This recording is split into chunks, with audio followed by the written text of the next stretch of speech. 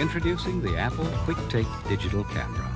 Virtual Boy. See it now in 3D. Will their education take them to their school? The 1990s were a decade of bold innovation and groundbreaking technology, but not every invention was destined for success. Amid the rapid rise of digital devices, gaming consoles, and multimedia gadgets, many products promised to revolutionize the way we live, work, and play, only to fail spectacularly. From quirky gadgets to ambitious tech, these innovations captured our imaginations, but ultimately fell short. Join us as we look at 25 innovative products from the 1990s that failed miserably. What is Newton? Newton is digital. Newton is personal. Newton is magic. Newton is as powerful as a computer. Newton is as simple as a piece of paper. Launched in 1993, Apple's Newton Message Pad was a bold step into the future of mobile computing. As one of the earliest personal digital assistants, PDAs, it introduced handwriting recognition, an ambitious feature that let users write directly on the screen with a stylus. The Newton aimed to eliminate the keyboard, offering note-taking, email, and calendar functions in a sleek, futuristic package. But while the concept was visionary, the execution faltered. Handwriting recognition was infamously unreliable, leading to user frustration and public ridicule. Combined with sluggish performance and a steep price, the device struggled to gain traction.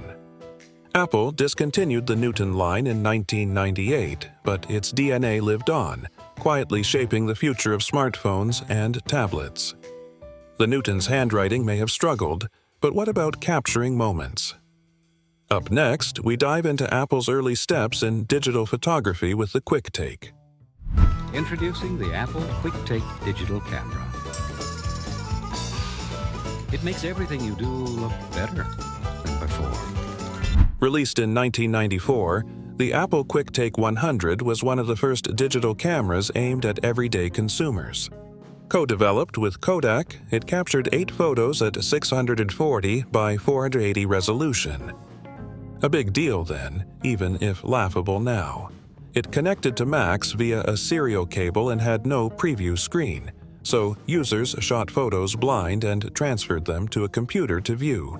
At $749, it was a bold but pricey attempt to bring digital photography to the masses. Unfortunately, its low image quality, tiny storage, and complete lack of expandability made it hard to justify.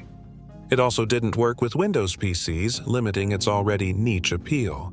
Still, the QuickTake helped lay the groundwork for the digital camera revolution, even if it didn't stick around long. Apple discontinued the line by 1997 after Steve Jobs returned and trimmed non-core products, leaving the QuickTake as a charming relic of early digital innovation. It needs your eyes. Virtual Boy. See it now in 3D. In the vibrant world of mid-90s gaming, Nintendo took a bold leap with the release of the Virtual Boy in 1995, a device that promised immersive 3D gameplay unlike anything before.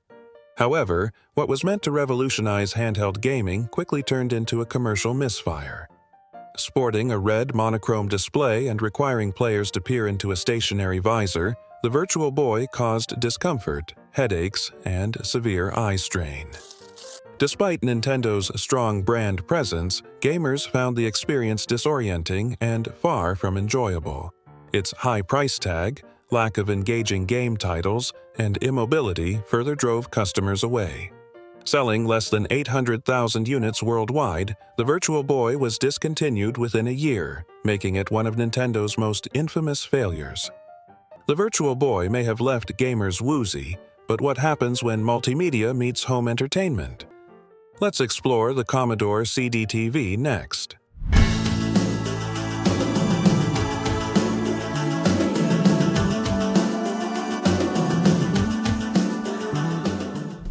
Launched in 1991, the Commodore CD-TV was a bold experiment to fuse home entertainment with computing by hiding Amiga 500 hardware inside a sleek CD player-style case.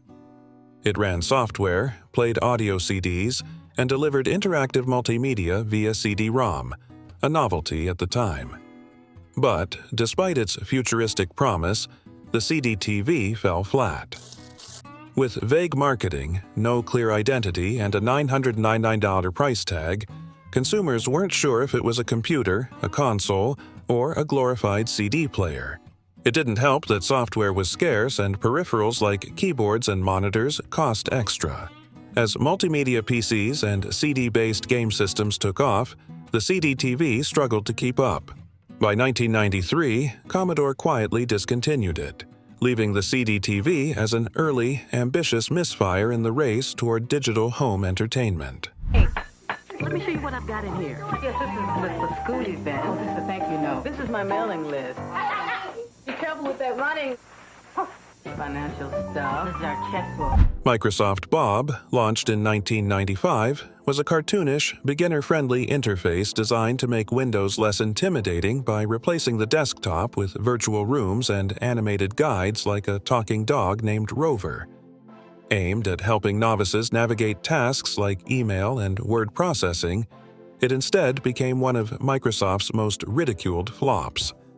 Users found its simplistic, patronizing design frustrating, and it ran poorly on many PCs.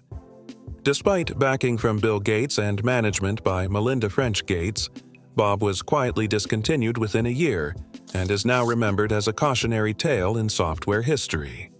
After the talking dog and cartoon rooms, Apple gave students a futuristic gadget, the translucent eMate 300.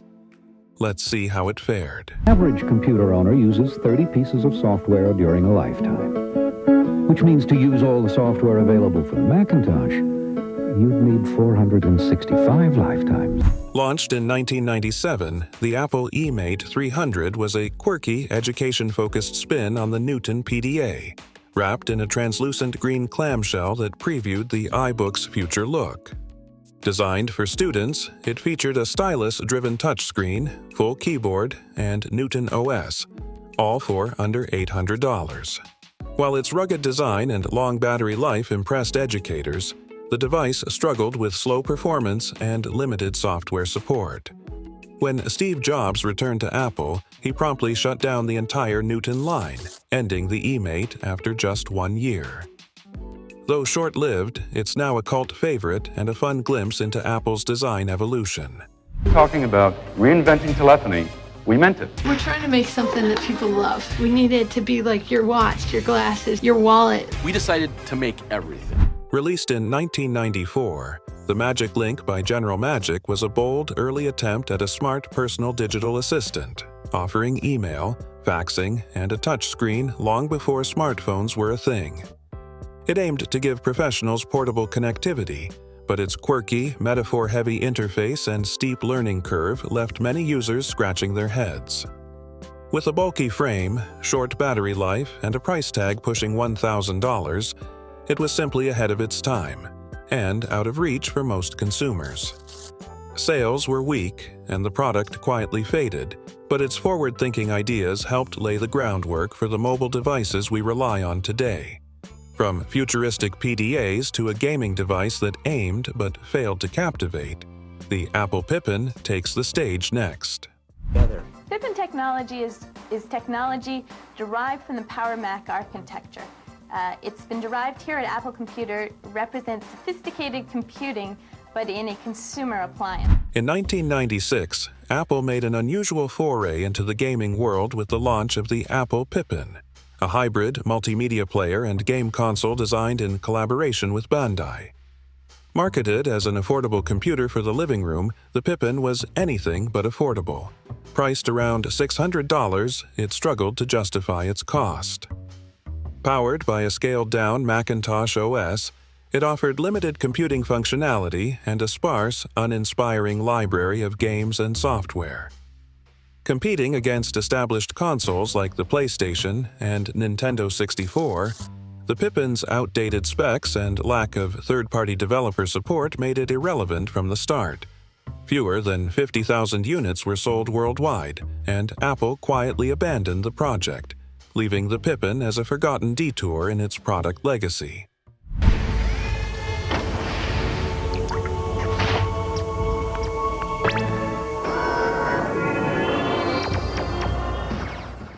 Launched in 1993 with high hopes, the 3DO interactive multiplayer entered the console market as one of the first 32-bit gaming systems. Technologically advanced for its time, but soon outpaced by competitors. Developed by the 3DO company and manufactured by partners like Panasonic and Gold Star, it offered impressive graphics, CD-based media, and full-motion video support.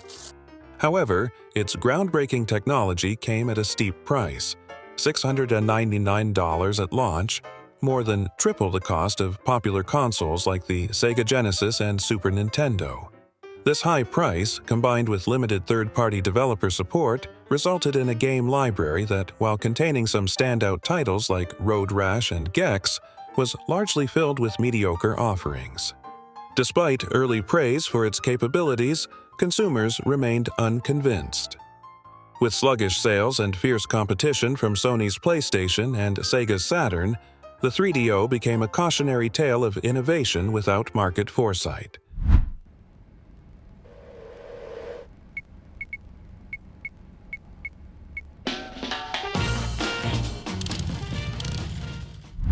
Hoping to redefine portable audio, Sony introduced the mini-disc in 1992 as a high-tech successor to the aging cassette tape. Offering near CD-quality sound, recordability, durability, and skip-free playback, mini-discs seemed like the future of personal music. However, timing and market conditions worked against it. CDs were already dominating home audio with lower prices and broader availability, while CDRs soon offered cheaper, recordable alternatives. Mini-disc players were relatively expensive, and the proprietary format limited compatibility. Furthermore, the rise of MP3 players in the late 90s rendered physical formats less appealing. Despite its technical advantages and a loyal niche following in Japan, the mini-disc never gained mass global traction, ultimately becoming one of Sony's most quietly shelved innovations. While mini-disc carved out a niche in audio, Atari pushed the envelope in gaming hardware. The Jaguar arrives next to claim the 64-bit throne. You believe your system is the most advanced in the universe. Let's review the numbers. Sega Genesis is 16 bits, 3DO is 32 bits, the Atari Jaguar is 64 bits. Which is more advanced? Atari released the Jaguar in 1993, marketing it as the world's first 64-bit gaming console, a claim rooted more in marketing than technical reality, as it combined 32-bit custom chips with a 16 to 32-bit CPU. Its complex architecture made development difficult, leading many games to underperform by relying on the weaker processor. Despite ambitious specs, the Jaguar suffered from inconsistent performance, limited third-party support, and a weak game library. Priced at $249, it was quickly outclassed by more powerful and developer-friendly rivals like the PlayStation and Sega Saturn. Discontinued by 1996, the Jaguar marked the end of Atari's console ambitions. Check out this Palm handheld from CompUSA. It manages your calendar, gets email. Oh, here's one. The Fed needs me to lecture on our monetary system. Again? Released in 1996, the Palm Pilot 1000 was a breakthrough personal digital assistant, PDA, offering a pocket-sized organizer with a calendar, address book, to-do lists, and note-taking, all navigated by stylus and touchscreen.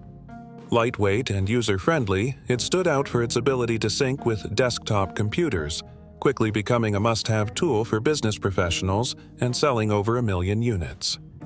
The Palm Pilot helped define the PDA category, but as mobile phones began adopting similar features and eventually evolved into smartphones, standalone PDAs lost relevance.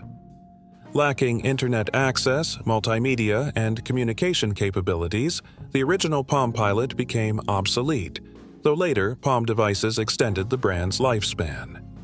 Ultimately, the Palm Pilot was overtaken by the smartphone revolution it helped spark.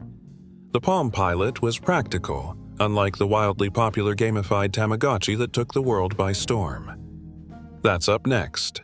It's a Tamagotchi, her new favorite pet. Yes! So what's that make me, fish sticks? Oh, are you hungry? Oh, no. Released by Bandai in Japan in 1996, Tamagotchi was a pocket-sized digital pet that quickly became a global craze, captivating kids and teens with its interactive design and constant need for care.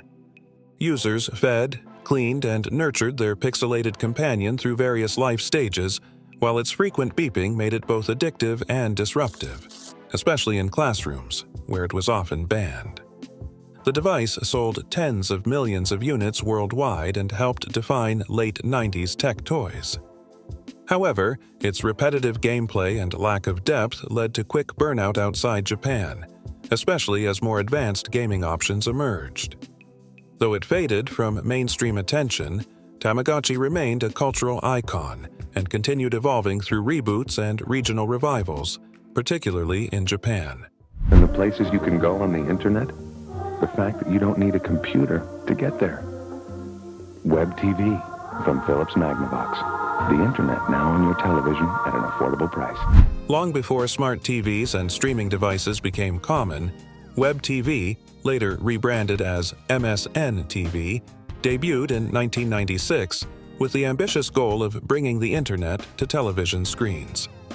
Developed by Web TV Networks and later acquired by Microsoft, the device allowed users to browse the web and send emails using a TV and wireless keyboard. While innovative, it was hindered by painfully slow dial-up speeds, a clunky interface, and limited compatibility with evolving websites. It couldn't handle multimedia content or advanced browsing features, which quickly made it obsolete as PCs became more affordable and capable. Despite Microsoft's efforts to revive it, Web TV never achieved mass adoption. It quietly faded out by the early 2000s, remembered as a forward-thinking product that arrived too early and underpowered for its time. Web TV's slow speeds slowed adoption, but wearable video tech was trying to keep pace. Newton is digital. Newton is personal. Newton is magic. Newton is as powerful as a computer. Newton is as simple as a piece of paper. Launched in 1996 by Web TV Networks and later acquired by Microsoft Web TV, eventually rebranded as MSN TV, aimed to bring internet access to television screens using a TV set-top box and wireless keyboard. It allowed users to browse the web and send emails without a computer, a novel idea at the time. However, the device was hampered by slow dial-up speeds, a clunky interface, and poor compatibility with rapidly evolving websites. It couldn't support multimedia content or modern browsing features, and as PCs became more affordable and capable, Web TV quickly lost its appeal. Microsoft continued supporting the platform for years, but it never achieved mass adoption and was officially shut down in 2013. Today, it's remembered as a forward-thinking but underpowered product that arrived ahead of its time. Released in 1997, Sony's Glastron PLM50 was an early stab at wearable video tech, featuring twin LCD screens inside a visor-like headset that let users watch movies or play games in private. It was a cool concept, like your own personal theater, but the experience fell short of the hype. The resolution was low, the field of view was narrow, and the headset wasn't exactly comfortable for long sessions. With a price tag north of $1,000 and no standout software to drive adoption, the Glastron never broke into the mainstream. Still, it carved out a small fan base and helped pave the way for the future of virtual and augmented reality headsets, long before those technologies were ready for prime time. The Glastron promised private viewing but stumbled on comfort and quality. Meanwhile, Philips CDI was juggling too many roles. Let's check that out. This may look like an ordinary compact disc, but actually, it's an interactive encyclopedia. A stimulating match with a tennis pro.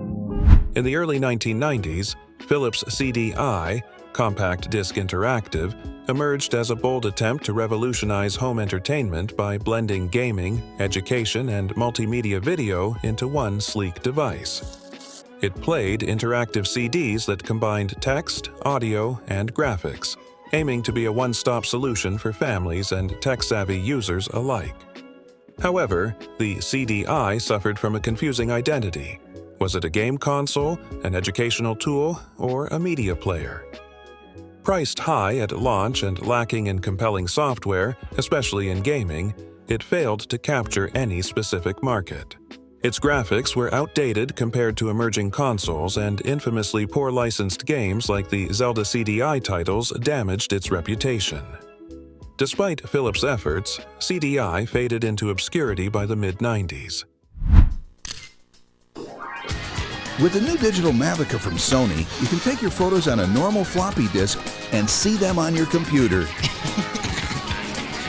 In an inventive leap toward digital photography, Sony introduced the Mavica FD, floppy disk, digital camera in 1997, a gadget that saved images directly onto standard 3.5-inch floppy disks. At a time when memory cards were expensive and uncommon, this seemed like a user-friendly solution.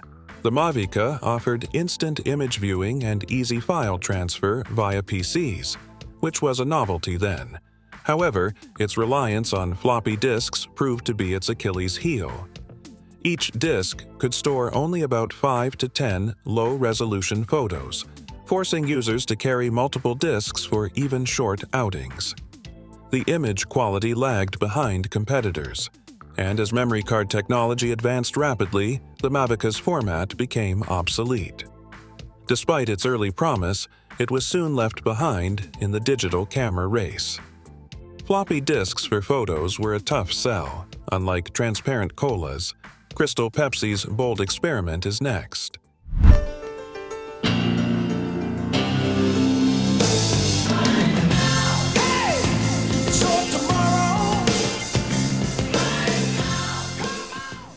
In 1992, PepsiCo introduced Crystal Pepsi, a clear cola marketed as a healthier, purer alternative to regular soda, stripped of caffeine and caramel coloring, but promising the same bold taste.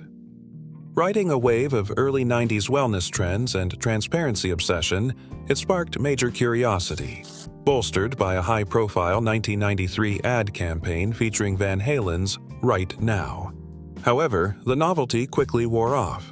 Consumers expecting a citrus-like drink based on its appearance were confused by its sweet but flat cola flavor. Sales plummeted, and by 1994, Crystal Pepsi was pulled from shelves.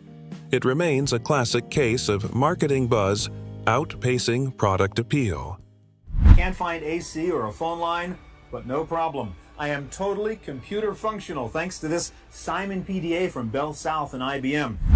Before the world knew iPhones or Androids, the IBM Simon Personal Communicator, released in 1994, attempted to merge a mobile phone with PDA functions, making it arguably the world's first smartphone. It featured a touchscreen, email, fax, calendar, address book, and note-taking tools, all packed into one device. However, Simon was far ahead of its time in concept but not in execution. Weighing over a pound and measuring 8 inches long, it was bulky and cumbersome to carry. Its battery life barely lasted an hour, and its $100 price tag made it accessible only to a niche market. Additionally, limited network compatibility and sluggish performance further hindered adoption. Though revolutionary in design, the IBM Simon was ultimately a commercial failure and technological stepping stone. Simon was groundbreaking but bulky.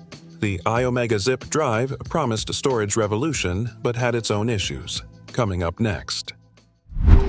Ladies and gentlemen, we are flying in the Bermuda Triangle, a place where things are known to disappear and are never found. In the mid-1990s, the iOmega Zip drive promised to revolutionize data storage with its sleek design and whopping 100 MB capacity, light years ahead of the humble floppy disk. Popular in classrooms, design studios, and offices, it gave users a fast, portable way to back up large files. But the magic didn't last. Reliability problems like the infamous click of death, costly proprietary disks, and the arrival of cheaper, more flexible options like CDRs and USB drives quickly pushed it aside. Despite a strong start and several capacity upgrades, the Zip drive couldn't keep up with the pace of tech. By the early 2000s, it quietly disappeared. leaving behind a trail of colorful cartridges and a brief moment in the storage spotlight. I never found out why he chose me to share his secret. Perhaps because we had similar dreams. But this was twice as fast. In 1993, Commodore launched the Amiga CD32, one of the first 32-bit CD-based gaming consoles, aiming to extend its computer legacy into the living room. Powered by the advanced AGA chipset, it offered impressive multimedia capabilities for its time. However, the system stumbled out of the gate with poor marketing, a shallow library of hastily ported Amiga 1200 games, and minimal third-party support.